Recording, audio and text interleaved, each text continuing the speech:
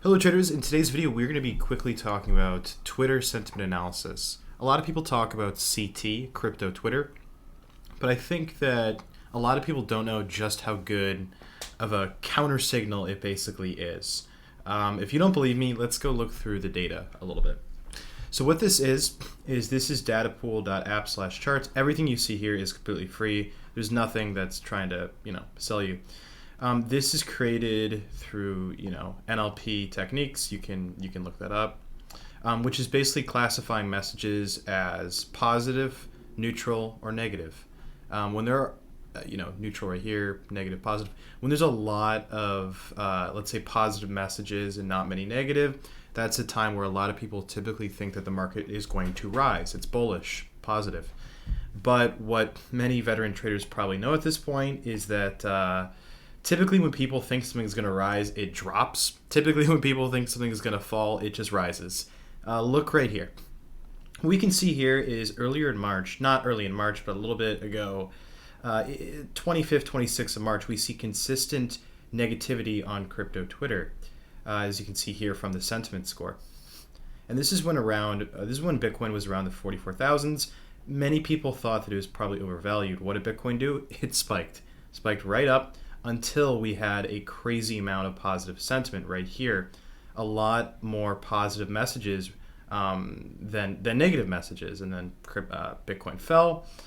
And then as Bitcoin was consolidating here, there's basically too much positivity. Too many people were thinking that the market was going to basically rise, and of course, if many people think that, typically the market just drops, and that's exactly what happened. So we actually got to a point, and I'm going to show you guys in the last 7 days, where a lot of people thought that the market was going to rise further. And this is a crazy amount of positivity, a crazy amount of bullish sentiment analysis that really is not healthy for the market.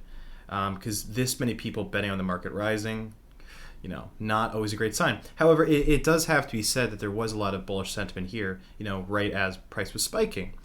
Things like this can happen, and that's why whenever it comes to sentiment, the rule that I've put in place with my own spot trading, basically when I choose to sell all of my Bitcoin holdings or to buy back using USD or using stablecoins, is you want to wait for extremes only.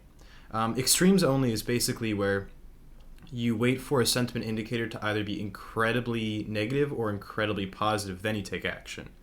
But you don't do it when it's, like slightly negative or slightly positive. It's up to you how you interpret it, but that's how I like to do it. So what I saw here was it was incredibly, obviously, way too positive in the 41,000s. And I was actually fortunate enough to sell at 41,400 right before this big fall. So I got quite fortunate with that. I did it because I just saw way too much positivity. I mean, I was thinking, with this many people betting on the market rising, is the market really going to rise? And of course it didn't. It fell quite dramatically, and now we're seeing a lot of negativity coming in, which is good. And if we really zoom in, you can see it really interesting just how quickly the sentiment changed. Right as Bitcoin just began to drop, people just were like, oh, we're not positive, we're not bullish anymore. And you can see people are getting kind of positive, not positive, negative, not negative, just kind of more flat right here. So this has been something that I have found to be quite helpful. And they also have it on Ethereum. But what I will say is, of course, as you know, Ethereum and Bitcoin are very, very, very tightly correlated. So, it probably makes sense to just look at Bitcoin.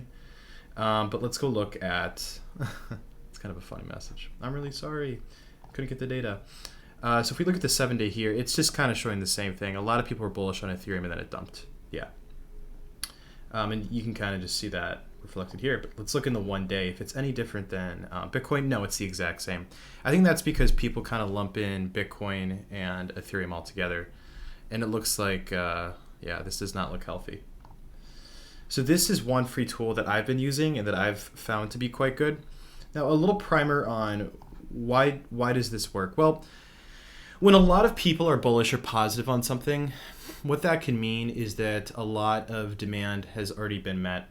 A lot of people who wanted to buy have already bought. And if a lot of people who wanted to buy, who are interested in buying at current prices, have already bought, then there's, not much demand because everyone who wanted to buy has already bought. So when you see just a bunch of positivity and a bunch of people bullish after people have already bought, that's a really bad sign. And a pattern like this happened in the 60,000s of Bitcoin a while back when Bitcoin was at its all-time high.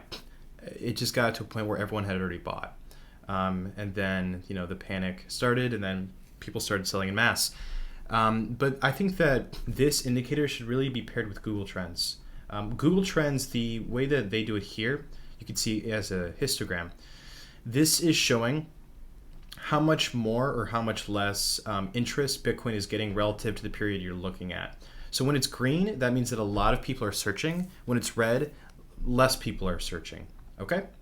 So if we look at, of course, this is going to vary over time of day because there are certain times of day that are more popular to use Google than others, even globally. But you can see, if I really zoom out 3 months, how far? I think it just goes back 3 months. Can you get me 1 year? No? Or 1 day? Yeah. I think that it might be better just to use Google Trends normally. Or this one, yeah. But you can basically see that a lot of people were searching for Bitcoin when Bitcoin had bottomed out in the 38,000s, and then less people were searching it when it was consolidating. Really, a rule of thumb I like to use with Google Trends is the same exact thing I do with sentiment. I just use extremes only. If a lot of people are searching, typically that leads to a reversal. If not many people are searching, typically that's a low volatility period that is going to eventually turn into high volatility. That's just kind of the pattern that I've been seeing. But I think from this site, the two best ones are probably Twitter Sentiment Analysis, maybe Google Trends, but unique tweet quantity is another way you can get something similar to Google Trends. Unique tweet quantity basically says, are there more people tweeting at this current time than on average across all different times, at this 1 hour? So are there more people tweeting at 1 a.m. now versus all other times at 1 a.m.?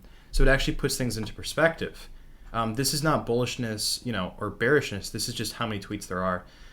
So this one can be a really good indicator for just how many people are searching for Bitcoin. And you can see, don't look at the most recent because that's not going to be accurate data because it's still being compiled. But you can see kind of times when a lot of people started searching it and when not many people started searching it at all. So a lot of people are searching it, and a lot of people are interested, and then you can see just as Bitcoin just kind of fell and is down here, not many people look that interested, which typically is a bullish sign. And if I see that BTC Twitter Sentiment Analysis just can continue being very red, that would of course be incredibly bullish because that would mean that a lot of crypto Twitter is bearish, but right now it's just flat. But I think that if we maybe go a little bit lower, then we get very bearish from crypto Twitter with the histogram reading very, very negative. That could be a very, very bullish sign. Because if we look back, the 30-day? If we look back the 30-day, you can see that consistent negativity has led to good trends. Well, especially the 25th, 26th of March. Not as much so with these kind of micro, tiny ones, but I think that things like this can help for sure. But again, when it comes to sentiment, I think what you need to learn from this video is you can use this tool for free, and you probably should, just to track how people are thinking about Bitcoin on Twitter. Another thing to get from this basically is extremes only. Sentiment can have a lot of noise, but signal comes from anomalies in data. Signal doesn't come from all of the data. It comes from when you get something extreme.